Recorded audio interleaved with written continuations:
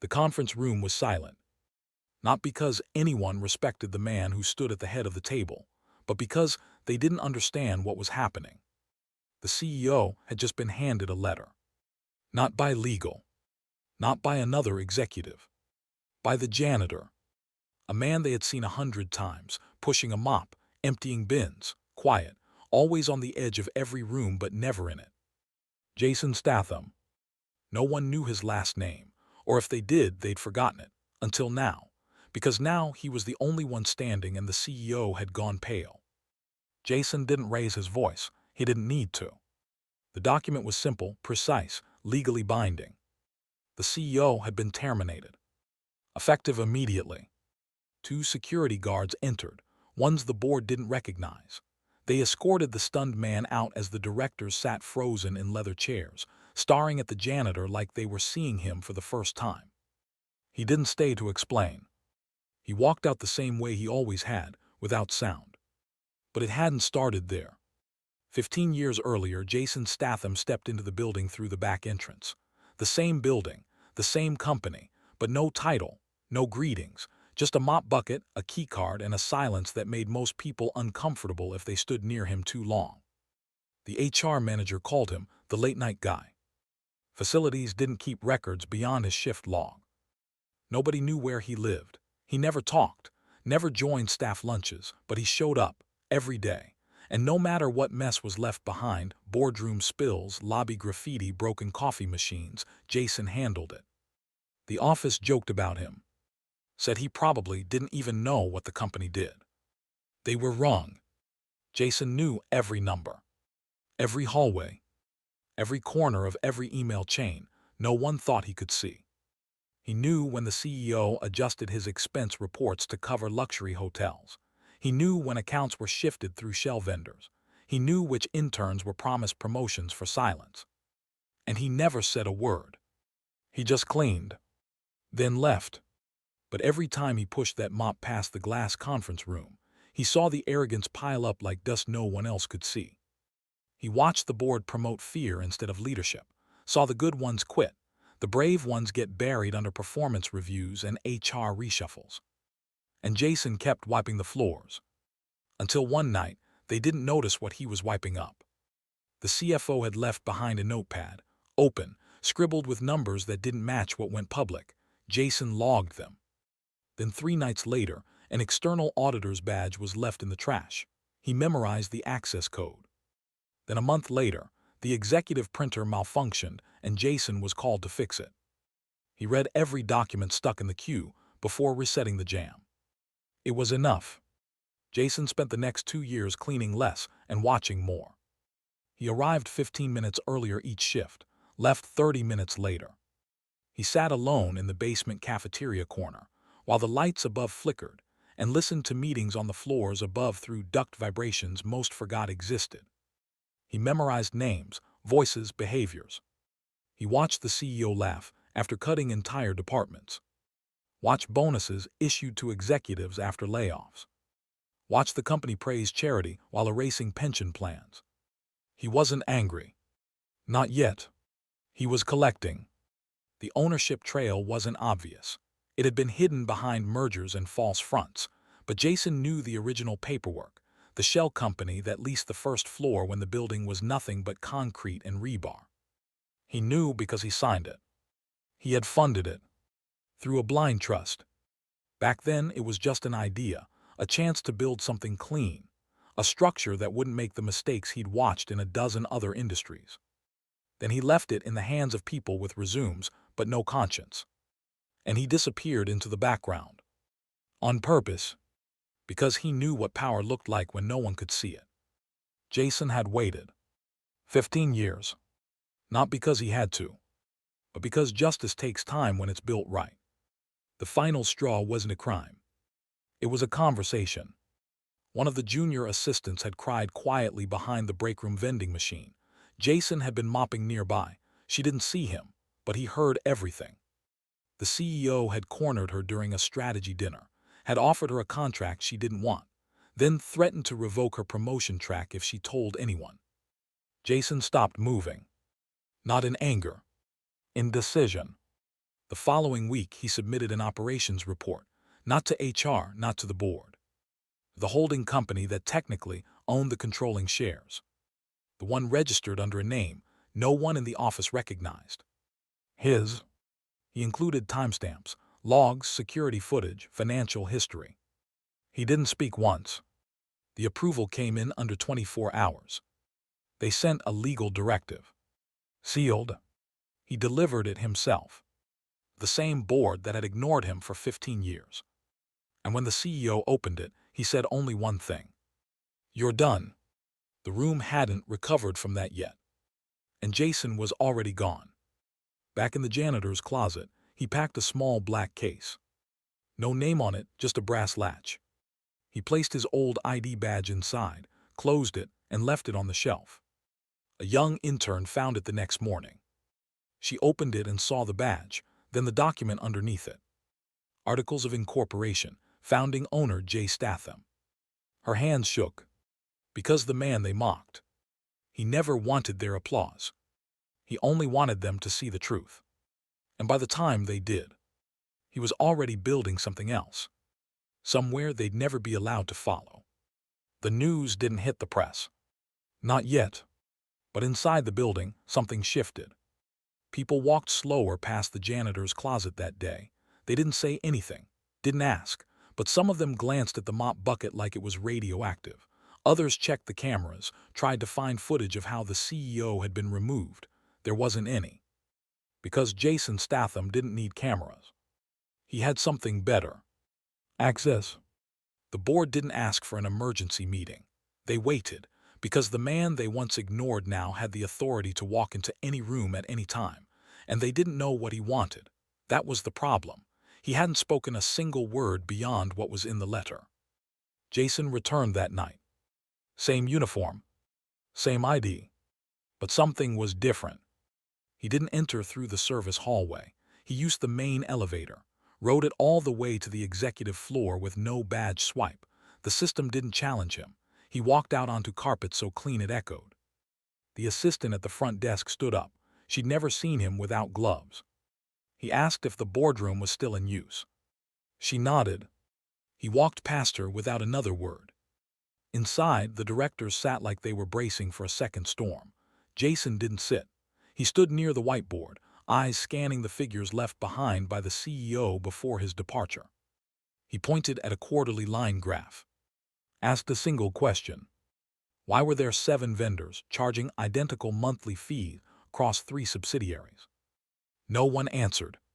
He moved to the corner, picked up a file folder already there, one he'd placed 2 weeks prior. Inside, proof of vendor self-dealing. The CEO had created shell companies and funneled consulting fees back into accounts managed by offshore LLCs. Jason placed it on the table. No threats. No speeches. Just exposure. One of the board members tried to defend the former CEO, called him a visionary. Jason didn't respond. He just asked if the man remembered the pension vote from 4 years ago. The man's face fell. Jason walked out again. That week, 3 board members resigned without statement. One issued a quote to the internal newsletter calling it a time for transition. Jason didn't replace them. He dismantled the board. Then rebuilt it quietly, handpicking 3 individuals who'd been written off by the old guard. A whistleblower from finance, a woman who'd once been fired for pushing back against executive bonuses, and a former janitor who'd earned his MBA on night shifts. The staff started talking again. Not about the scandal. About the quiet. About how the office was cleaner than it had ever been. How the elevators finally worked without jamming. How new faces showed up at meetings, faces that had been invisible before. One morning, a junior analyst named Miguel arrived early to work. He noticed Jason Statham mopping near the lobby, still wearing the uniform, still clocking in. He offered him coffee. Jason accepted. They stood quietly on the balcony outside, overlooking the city. Miguel asked why he still cleaned. Jason said nothing. Just looked out at the skyline and waited. Miguel understood. It wasn't about appearance. It was about memory.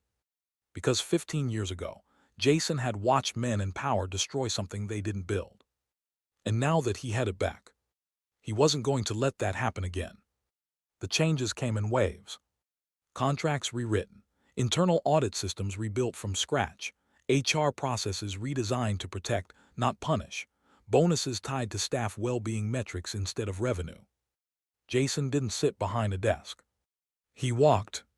Every floor, every corner, every name badge memorized. He saw people, knew who worked late, who covered for others, who carried more weight than they were paid for.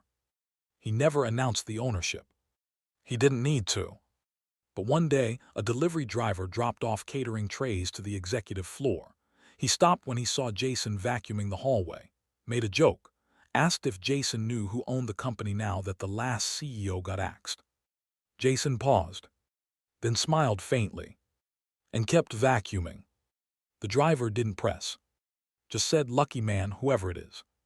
Jason nodded once, and moved on. But not everyone took the silence well. One former executive, the VP of Legal, had quietly sold access to internal contract databases before Jason took control. When he realized the new protocols had locked him out, he tried to replicate his scheme through an outside partner. Jason saw it.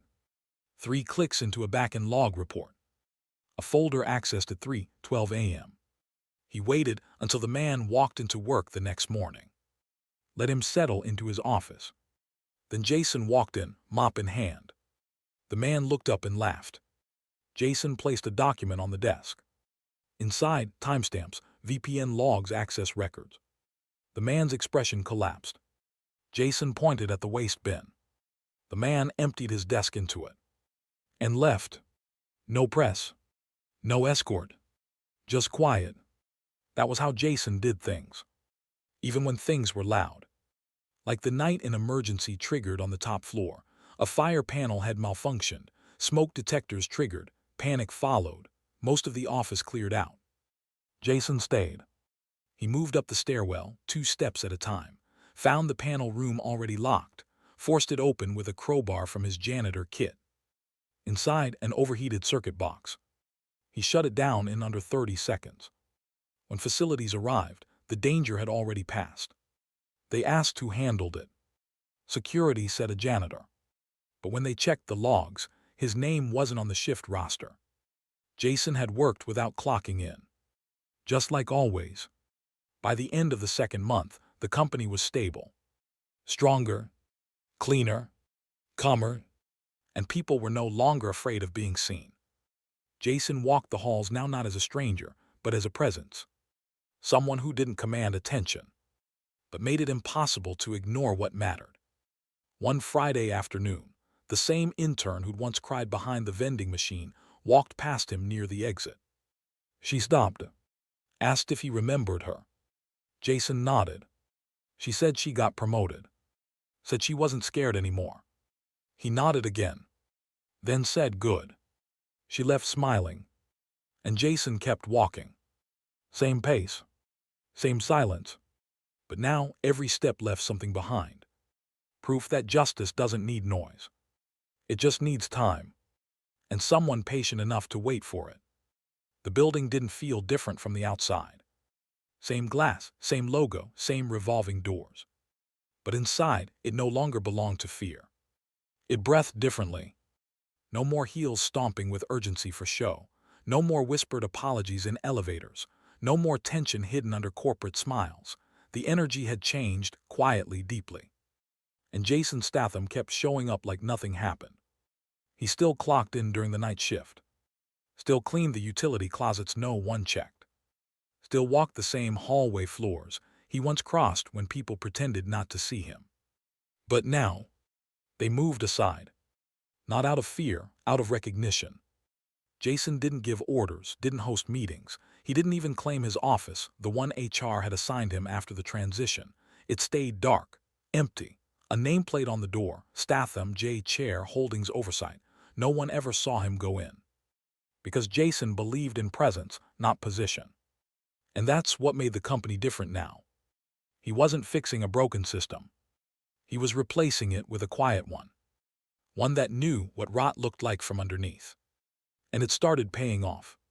6 months after the board restructure, The company's staff retention rate had hit a 5-year high. Anonymous surveys reported the lowest internal harassment cases since records were kept. Even the security team noticed fewer panic badge resets. Something rare was happening. People felt safe. And Jason made sure it stayed that way. He introduced a new policy under a different name, one that rotated team leads from frontline staff, not executives. It wasn't announced. It just started. Within weeks, junior employees were running morning briefings. Feedback started flowing up instead of down. Then came the ripple effect. The office space once reserved for top brass was restructured into mentorship lounges, shared by seniors and juniors. No rank, just conversations. The new cafeteria wasn't leased from a luxury caterer. Jason had hired the same food truck operator who used to park behind the building during graveyard shifts, the one who fed security guards and overnight janitors without charging when they were short. Now he ran the kitchen. With a full team. One afternoon, a retired finance clerk returned to drop off her resignation clearance form. She expected chaos, drama, paperwork, excuses. Instead, Jason greeted her at the lobby, helped her finalize the paperwork, walked her to the elevator. She asked how he remembered her. He said he remembered everyone. That was his power. He remembered the ones who'd been forgotten. But not everyone was happy. A consulting firm once embedded deep into the board's operations had been bleeding quiet commissions through strategic confusion. They filed a suit against the company, claimed breach of legacy contract. Jason reviewed the files himself, found the clause buried in the first-year acquisition agreement. A single line, renewable pending leadership discretion. He drafted a 2-page counter. No lawyers, just signatures. He added a personal clause. Any further intimidation will result in criminal referral under State Labor Code 88.9. They dropped the suit the next day. Jason didn't boast.